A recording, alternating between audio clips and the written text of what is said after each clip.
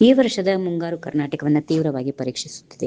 ಹವಾಮಾನ ಇಲಾಖೆ ಮುನ್ಸೂಚನೆ ಪ್ರಕಾರ ಮುಂದಿನ 48 ಗಂಟೆಗಳಲ್ಲಿ ರಾಜ್ಯದ ಬಹುತೇಕ ಭಾಗಗಳಲ್ಲಿ ಭಾರೀ ಮಳೆಯಾಗುವ ಸಾಧ್ಯತೆ ಇದೆ. ಕರಾವಳಿ ಪ್ರದೇಶಕ್ಕೆ ರೆಡ್ ಅಲರ್ಟ್ ಘೋಷಣೆ ಮಾಡಲಾಗಿದ್ದು 15ಕ್ಕೂ ಹೆಚ್ಚು ಜಿಲ್ಲೆಗಳಿಗೆ ಆರೆಂಜ್ ಅಲರ್ಟ್ ನೀಡಲಾಗಿದೆ. ಹವಾಮಾನ ಇಲಾಖೆ ನೀಡಿರುವ ಮುನ್ಸೂಚನೆ ಪ್ರಕಾರ ಕರಾವಳಿ, ಪಶ್ಚಿಮ ಘಟ್ಟಗಳ ಸಾಲು ಹಾಗೂ ಉತ್ತರ ಒಳನಾಡಿನ ವಿವಿಧ ಕಡೆ ಮುಂಗಾರು ಸಕ್ರಿಯವಾಗಿದೆ. ಸಾಧಾರಣದಿಂದ ಭಾರೀ ಹಾಗೂ ಅತಿ ಭಾರೀ ಮಳೆ ಆಗುತ್ತಿದೆ. ಬೆಳಗಾವಿ, ಮಂಗಳೂರು, ದಕ್ಷಿಣ ಕನ್ನಡ, ಉತ್ತರ ಕನ್ನಡ, ಶಿವಮೊಗ್ಗ, ಚಿಕ್ಕಮಗಳೂರು, ಹಾಸನ, ಧಾರವಾಡ, ಹಾವೇರಿ ಭಾಗಗಳಲ್ಲಿ ನಿನ್ನೆ ಉತ್ತಮ ಮಳೆಯಾಗಿದೆ. ಈ ಮಳೆ ಇಂದಿನಿಂದ ಮತ್ತೆ ಹೆಚ್ಚಾಗುವ ಸಾಧ್ಯತೆಗಳು ಕೂಡ ಇವೆ.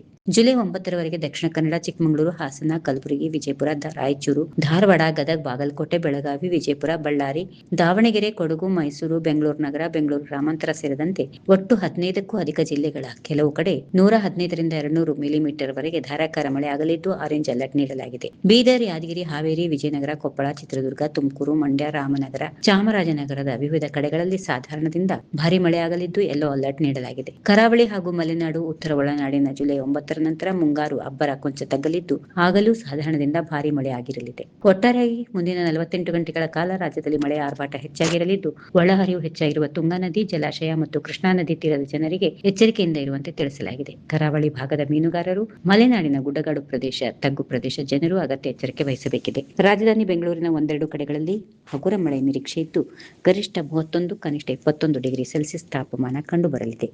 ನಗರದಾದ್ಯಂತ ಸಾಮಾನ್ಯವಾಗಿ ಮಬ್ಬು ಕವಿದ ವಾತಾವರಣ ಕಂಡುಬರಲಿದೆ. ಈ ವಿಡಿಯೋ ನಿಮಗೆ ಇಷ್ಟವಾದಲ್ಲಿ ಲೈಕ್ ಮಾಡಿ, ಶೇರ್ ಮಾಡಿ, ಸಬ್ಸ್ಕ್ರೈಬ್ ಮಾಡಿ.